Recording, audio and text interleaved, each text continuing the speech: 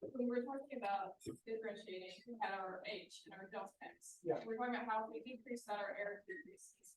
So if that was given on an exam, we're given a certain, like a table of data, right? So Yeah. how could we implement decreasing our delta X if we're given specific data values? Well, in the exam, that is not possible. That is, you generally with differentiation, you get data at a certain resolution. You can't change that. You only can choose a higher order integration scheme or a template to use, so that your error estimate will be much lesser compared to the crudest thing you could do. Okay. So if you are given a data set with whatever resolution or step size, there's nothing to change in data. Okay, good. That makes sense. Yeah. And then I had one other question actually. Yeah. So on the home, the 24.9, Yeah. how would we do, like when we're using our equations, we have an H, which is your delta X value. What value is that? Because on that homework problem, the H varies. Okay.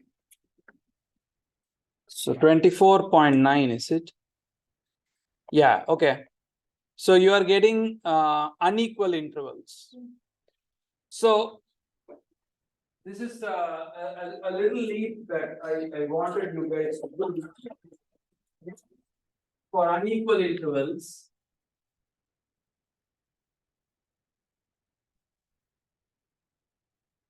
Is that on the next one? This is on homework 4 that she's talking about. Problem 24.9. So you have, let's say you have your I or xi and xi plus 1 and xi minus 1. The formulas that we saw in class assumes that this step length is h and so is this. Or in other words, xi plus 1 minus xi equal to xi minus xi minus 1 equal to h.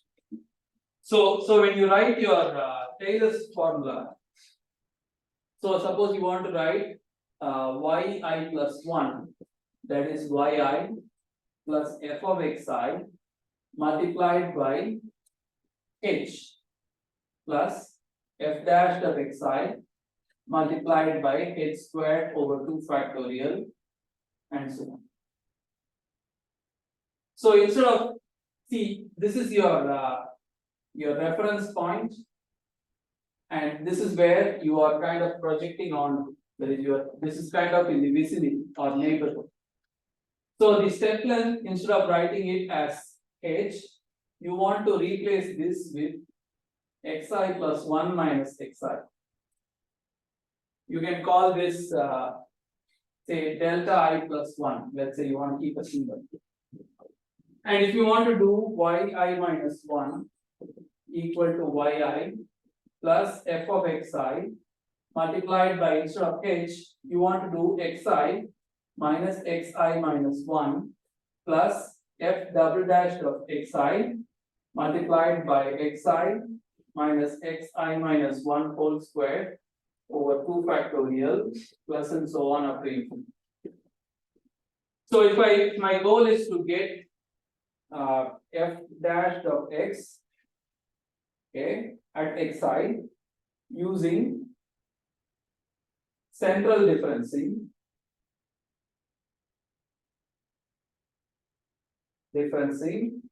and only I minus 1 and I plus 1 neighbors.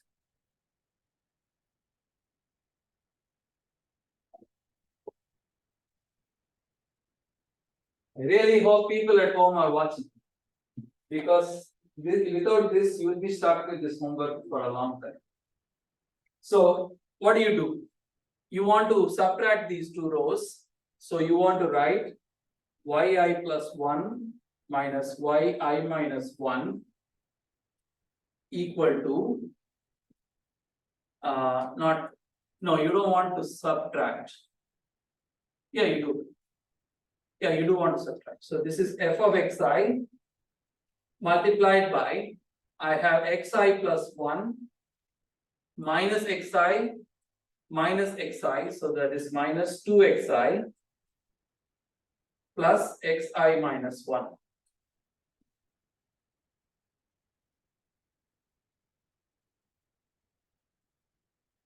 Plus f double dash of xi.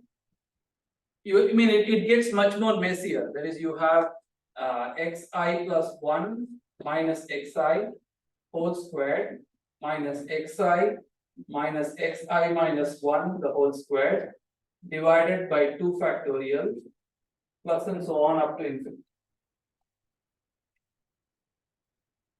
So if you do some rearranging and say you bring this term over here. So you write yi plus 1 minus yi minus 1 divided by xi plus 1 minus 2xi plus xi minus 1, that is equal to f dash of xi, f dash of xi. I left this prime symbol here, so make sure you catch that. F dash of xi plus everything else which we can call error, and that error scales as xi minus 1 or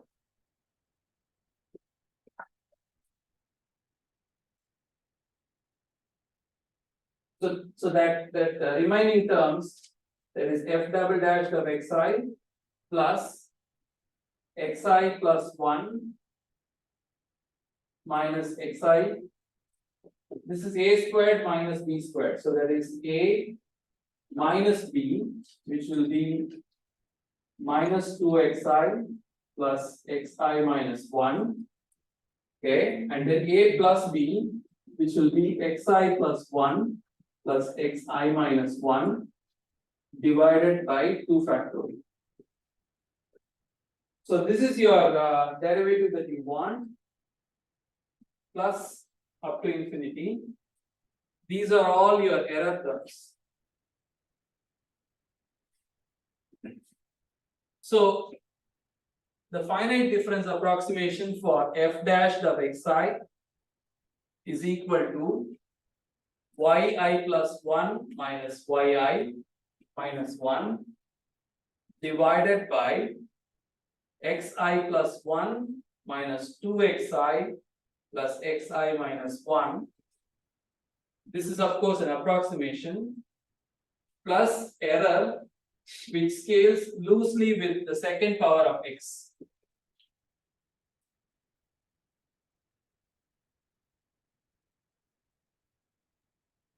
So if we could solve that, we could leave that as just error, like plus error. You're discarding it by definition. You don't know this, so it's like you're basically not including this in your calculations. So this is the consequence of all of your approximation. So the formula you should be using for say first derivative is this: if central differencing is what you want to use. You can use forward or backward, but you have to generate the corresponding formula. The same concept is also described in the book. The section number would be. So if you go to chapter 23, oops.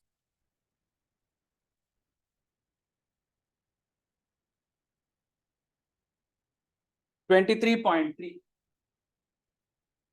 Section 23.3.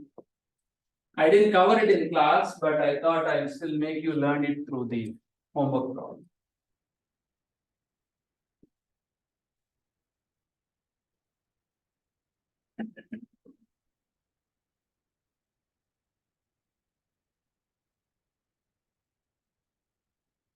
Okay, thank you for the question. Is there anything related to that we want to talk about? Yes, you want to say something? Then when I think the other thing it asked us was to graph that first derivative versus your stress. Okay. And which one is going to be hard variable for that? graph. Repeat that statement. So the same problem asks for us to graph, we take the first derivative of all the points and we come up with an equation. Or Yeah, so you are asked to plot. The derivative of stress with respect to strain versus strain. No, sorry, versus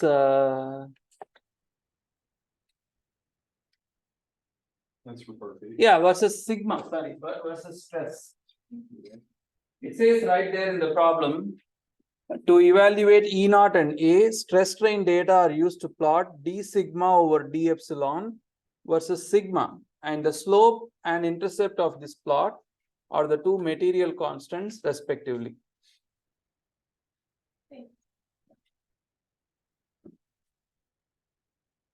Yes. I just want to verify the only difference between this derivation that you just wrote out and what we went over in class was x plus I minus 2xi plus xi minus 1 because of the uneven intervals. Precisely. Be that instead of h. Yep. Okay. Yep. If you make if you assume that they are now equal, this formula will slip right back into the old formula. If you just assume that xi plus 1 minus xi is same as xi minus 1, what happens here? You'll just get 2 times h. And everything will go back to the figure 23.12. Okay.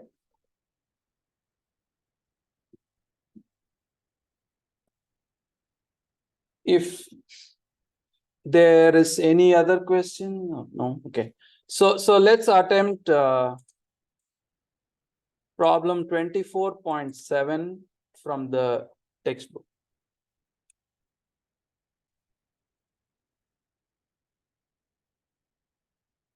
Hold on, let me.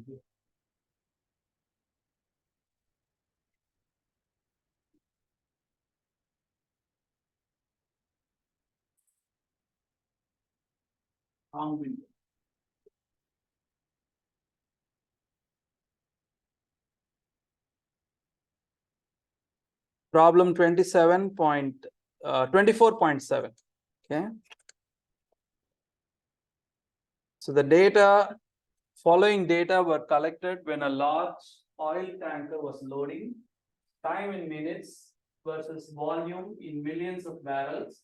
Calculate the flow rate, that is the derivative of volume with respect to time, for each time to the order of h squared. So if this is like an exam problem, I would probably ask for the calculate the flow rate. I'd say 20 minutes, so that you would apply it one time, and maybe there will be some kind of latitude on what formula to use.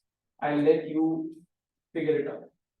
Now we are going to do this in Excel, so that at each point we are going to get the derivative using the provided data. Okay. So are you done writing? Or if you have it open on your text on your laptop, we can just move on to Excel.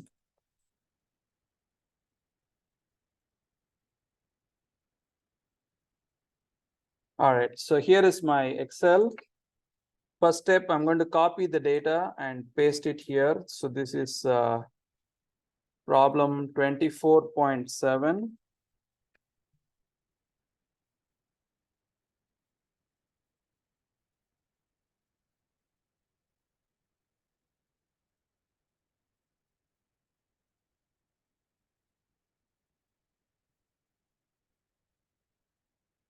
So time in minutes and volume in millions of barrels.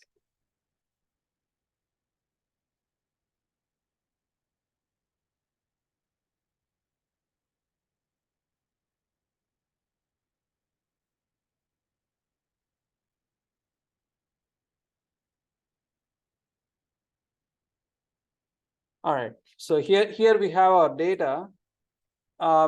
there is nothing that's stopping you from graphing it quickly and trying to figure out what kind of data you're dealing with here, which could be linear or quadratic, we'll see.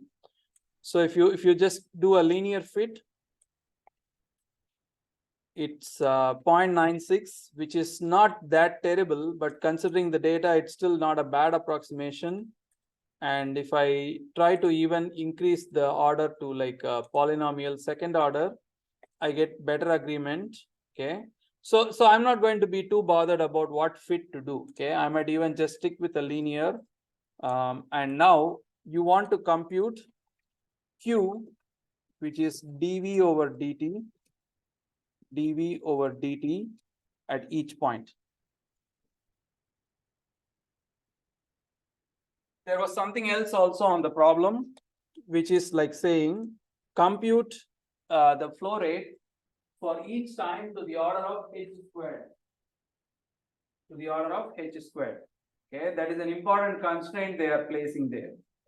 Now, if you just take the first point times 0, you can't do central and backward difference because there is no data point before 0. You have to do only forward difference, right? So if you just think about the formula for dV over dt or the first derivative with only one neighbor, what is the order of the error that you will get?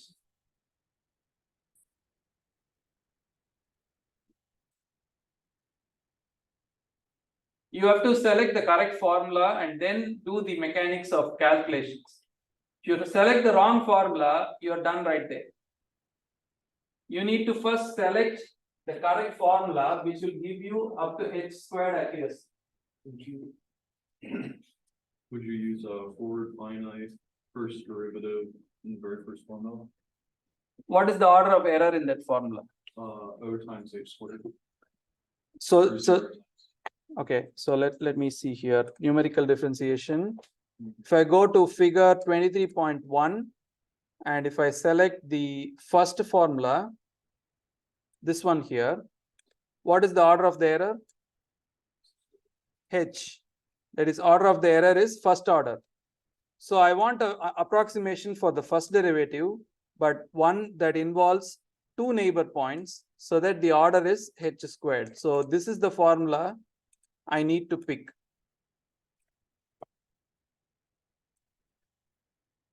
For the first point. Okay, for the first point. For other points, okay, let's do this one step at a time. So I'm going to copy this formula and put it in my Excel sheet. Okay, so oops.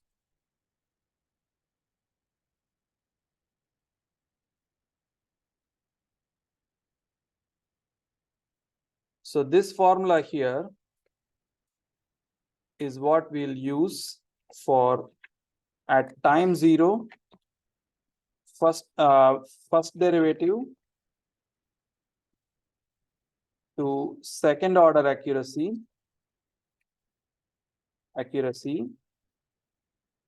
involving two forward neighbors. So my formula is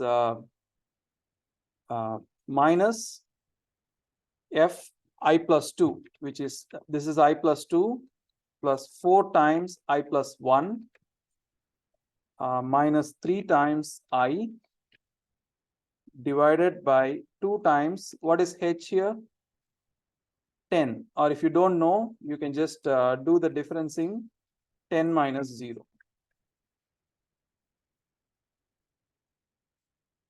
So that is your flow rate. What's the unit?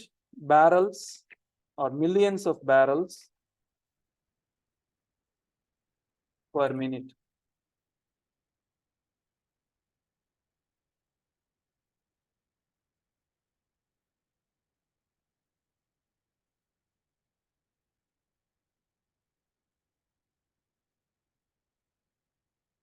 So this is using first, forward differencing involving two neighbors to second order or H squared accuracy. Select the box, that we have the equation, please. 1 second. Come again, sorry. Can you select the box that you have 0.0415? Yeah. Yeah, I just put minus I plus 2 plus 4 times I plus minus 3 times 0.4. Divide by 2 times H being 10 minus 0. Yeah. Now be careful here, this is also unequally spaced data. So we are better off wherever you have H, you can do I plus 1.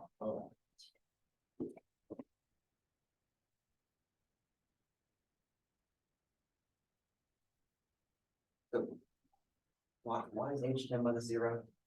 Because you want to write H as I plus 1 minus I. What do we do once we get to the bottom numbers and we cannot continue using the forward differentiations? You have to do backward at the last point for sure. Between the last and first points, you have a choice of forward, backward, or central.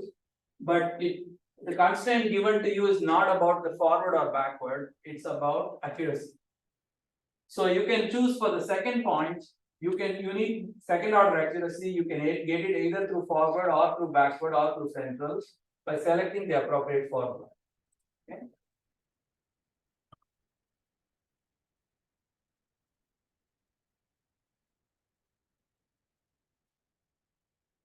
So for the second point, where we have both a forward and a backward neighbor, what is the formula we are going to pick out? If you just go with the same forward differencing formula, which you could, the goal being getting error of the order of H squared. You can also do central differencing. See, these are backward differencing. So if you look at backward differencing formulas, that would be this. Okay, let me highlight it.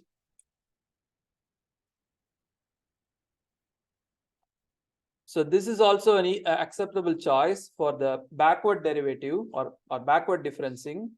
The other choice being this.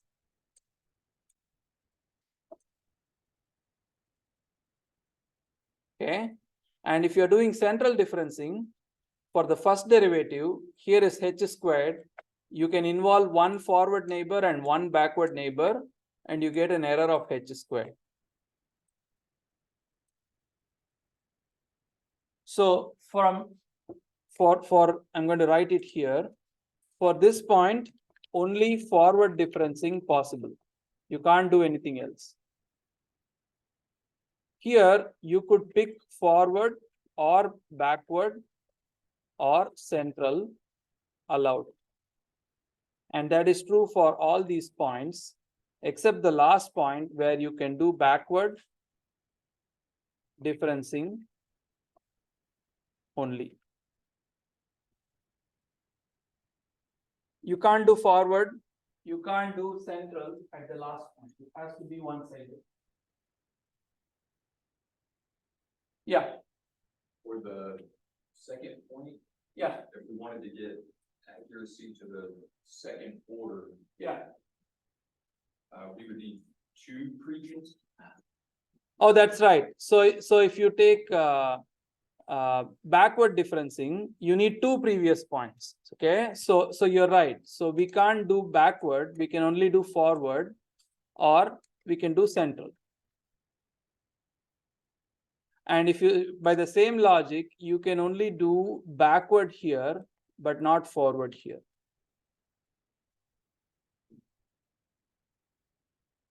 See, I think it will make sense if I bring all the formulas in one place here. Okay. So let's go here and grab this formula. Remember, all of these have second order accuracy. Okay. So this would be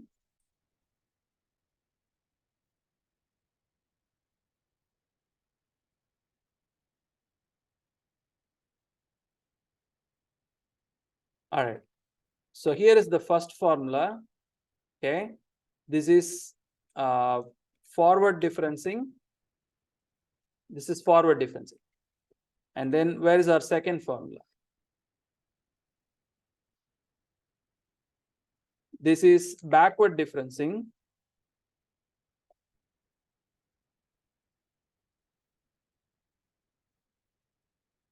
And then you have your third formula,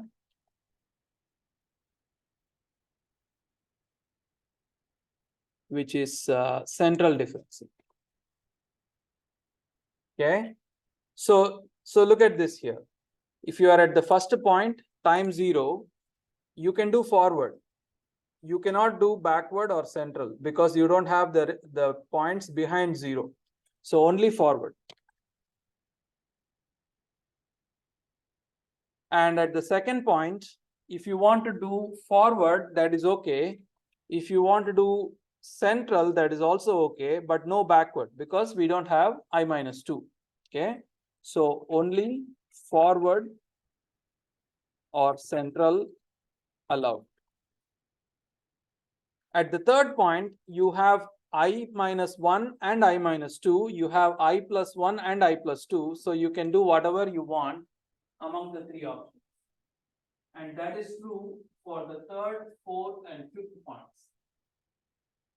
For the last but one, you can do backward.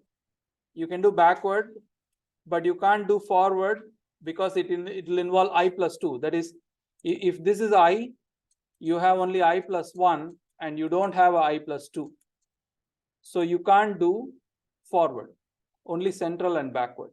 And for the last point, you can do backward, but not central or forward. So that also makes sense. Okay. So pick your poison.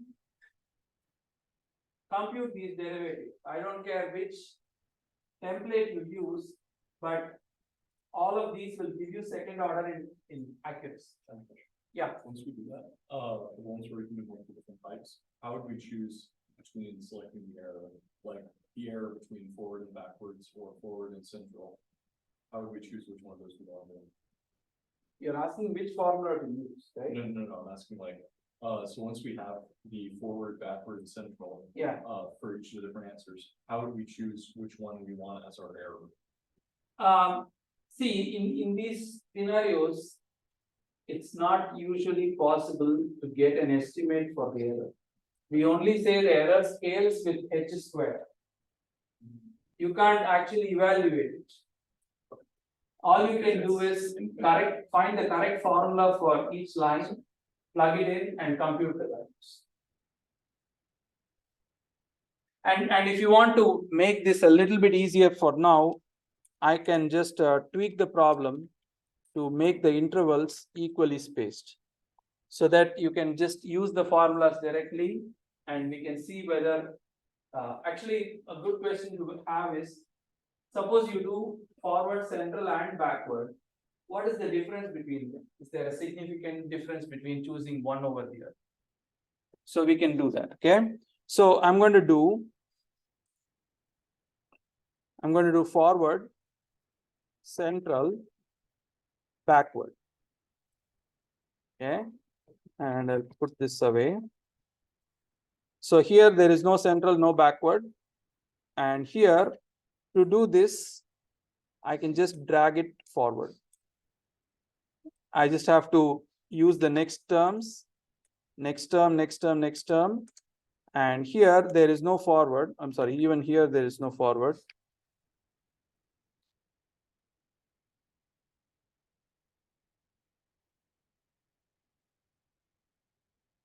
Okay, central. What's your formula? Your formula is next iteration minus previous iteration divided by h or 2h, 2 times.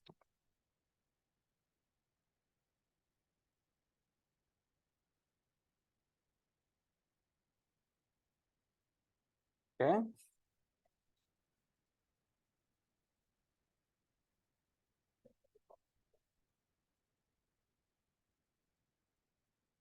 Okay. And then backward, I have no backward here.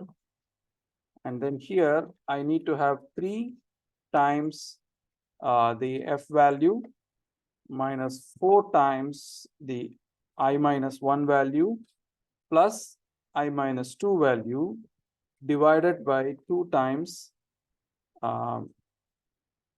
this minus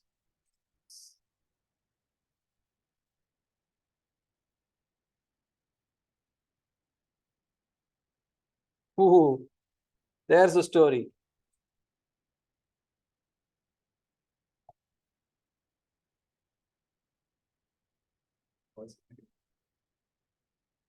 That's what I get. I'm saying we have to now talk about why each slopes look different.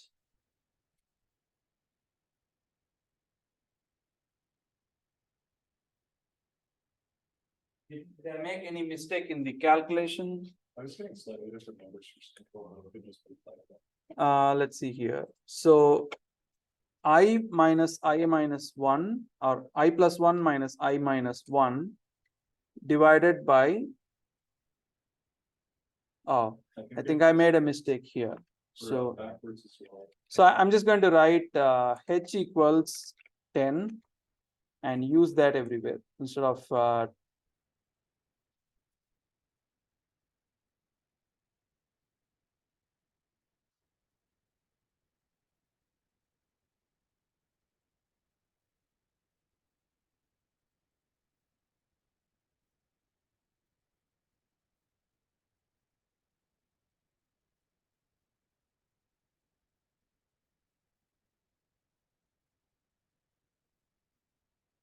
okay, I'm still getting that. 3f minus 4f I minus 1 plus f of. Yeah. Are you getting the same numbers? Yes. Okay. So now it falls upon us to explain these numbers. So if you consider the first data point, you get the slope. There is only one way to compute slope. You have to base it on the next data point to see how fast it is rising from 0.4 to 0.7. And then when you do the forward and central, the forward estimates 0.005, whereas the central estimates much more. And then when you have all three, the backward gives a negative value. And if you see 30 and 40, and especially 30, they are all similar. 0.019, 14, 13, 009. This is significantly different. So what is going on? It could be because you're messing up the backwards.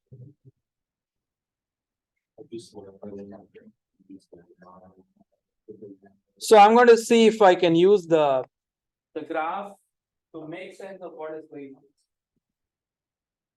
If you take the second data point at 10, here is 10. If you are coming from forward differencing, it is using the next data point. That is, think about it this way. If you look at forward differencing, it uses these two data points. If you use a central differencing, it uses these two data points. Okay, this is 0.005. This is 0.01. So the local curvature seems like it's like choosing, should I choose this or should I choose this? Okay. The honest answer that I have is, it really is not something that you can arbitrarily choose, because for most cases we kind of have, like, you can't predict future. That is, doing forward differencing means you are taking future time values to compute what happened here. If you think that what happens here is not connected to the future to begin with, that doesn't seem like a good idea to base it on the future. Okay. So central differencing somewhat averages it out by considering both the future and the past to give you sort of an average prediction. So central differencing might be better to use here. Ideally, you want to use backward difference, because backward is what is all the old values are about. future hasn't happened yet. Okay, so it may be better to use backwards. In time domain problems, okay, so it's not like universally I'm telling you this. But at least now we learned how to use different approximations to get the derivatives, okay? Yeah, If we were asked to solve a question like that on the test, would it be acceptable to leave it in that like chart right there? yeah.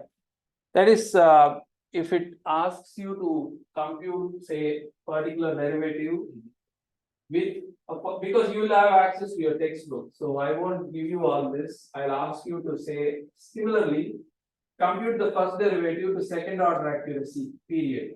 So then you have to choose whether forward or backward, maybe write a very short justification, and then what accuracies that should I use 2 neighbors, 4 neighbors, you have to decide on. So how would we have done this problem if our age wasn't constant? So you remember the first discussion we had where we re-derived the formula for unequal h. You would have to get those formulas and then use them for each line. This would quickly turn into like a very long derivation.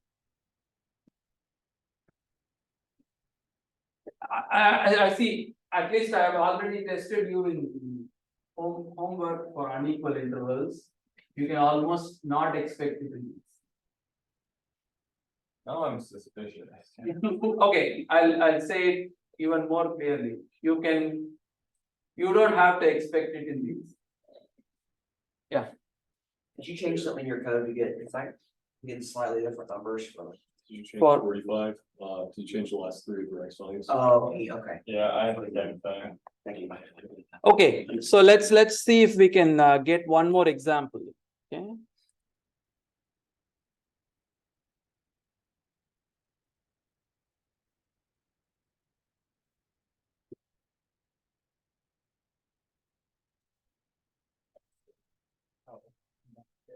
Yeah. Have local man as in that has sensitive problems. Local man, for the local man, yes. Never did happen before.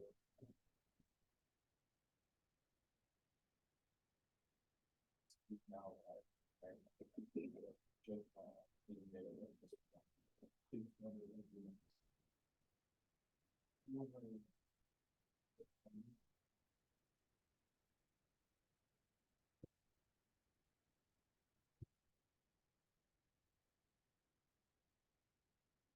Yeah, I don't want to do any more time domain problems. Something do with space and central derivatives. Okay.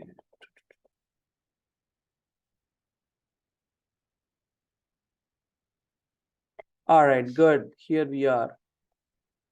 Problem 24.26.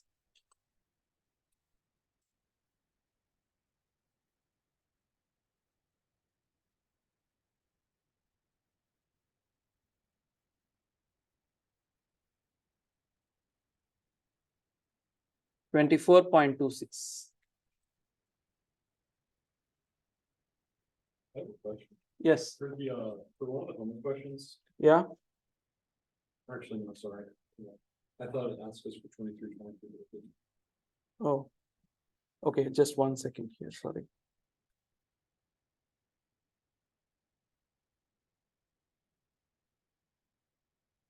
Okay, can you please write down 24.26? I'll be back in 1 second. Sorry.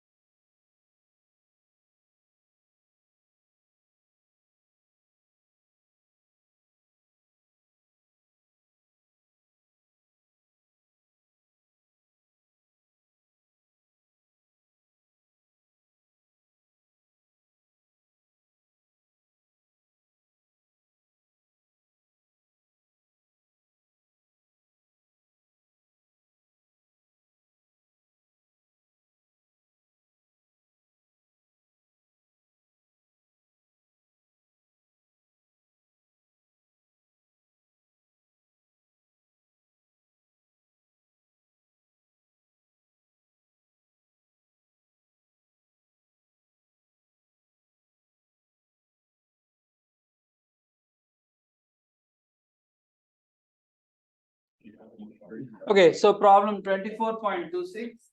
No. The heat flux is the quantity of heat flowing through a unit area. You know what heat flux is? It is computed with Fourier's law. In experiments, we typically measure the temperature at various points and then use the definition of heat flux to compute it. The quantity dt over dx is called the temperature gradient, and K is the thermal conductivity.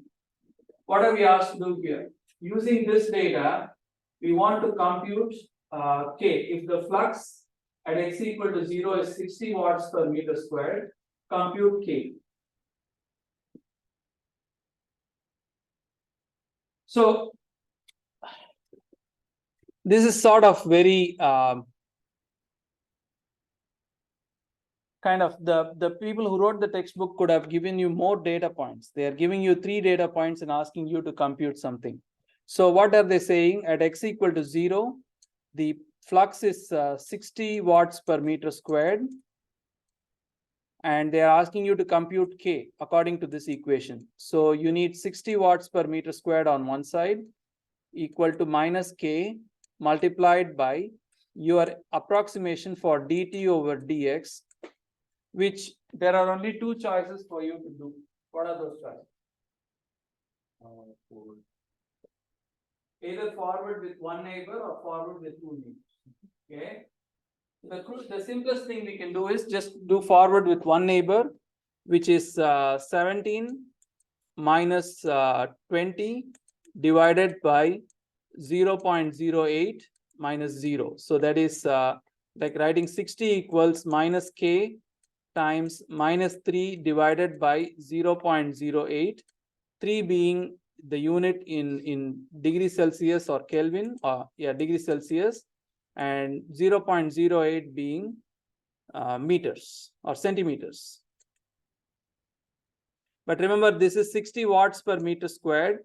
So you want to convert this into meters as well. So that would be minus 3 divided by 8 times 10 power minus 4 degrees Celsius per meter.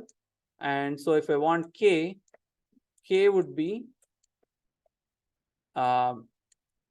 60 divided by 3 times 8 times 10 to the minus 4 watts per meter squared multiplied by meter per degree Celsius.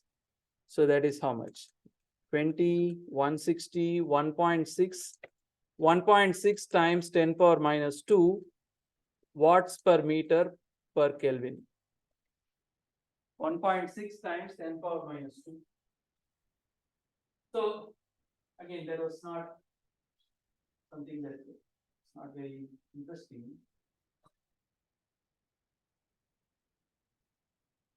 All right, so what I've tried to do here is give, especially for the recording, I've tried to give you a sense of the type of problems you can expect in the exam. It will be a word problem. It will typically involve table of data and asking you to compute some quantity which is connected to the derivative. Okay, and the order of accuracy may be specified, or you might have to exercise some judgment in choosing which formula to use. Figure 23.123, that is your best friend. Okay. Any questions? What would stop us from doing just central difference? Because you need it at this point, not at this point. Oh, it's just okay. You can, the only option is for you to do forward involving one neighbor or 2 neighbors. If you are given the constraint that the accuracy needs to be as high as possible, you should try second order. 2 neighbors, otherwise first. So that's what, when we plugged all this in, that's what that was. So This is first order. Yeah, this is all with only one neighbor. So it is only first order actually. so where did Kelvin come from? I'm assuming he just converted in there. When I took the dt, the temperature difference between 2 Celsius values is also a difference between Kelvin value, because Kelvin to Celsius conversion is just adding a constant. Couldn't you just leave it as Celsius? That's fine. It's not a heat transfer class, so it's So for the exam, we'll get a problem for each topic, right? One for regression, one for interpolation, one for differentiation, and one for. And for integration, correct, correct, correct. And the problem for differentiation will typically involve a table and doing something with the data. The problem for interpolation might be just like doing a hand calculation. The problem for regression could be like using Excel. And the last topic, I still haven't decided, so maybe I'll know better on this. I'm saying all this, hopefully people will watch it. So are you saying you think it'd be about 5 problems then? Four. 4? Interpolation, regression, differentiation, integration. 4 topics, 4 problems. Well, because I thought you said these 4 and then one more. No, I haven't thought of how to quiz you on in integration, which we just started today. And then, so for regression, I'm assuming it could be either linearization or the other stuff that we. For regression, it could you can very well expect linearization or polynomial regression or polynomial regression or linearization, definitely. Or both, combination of both.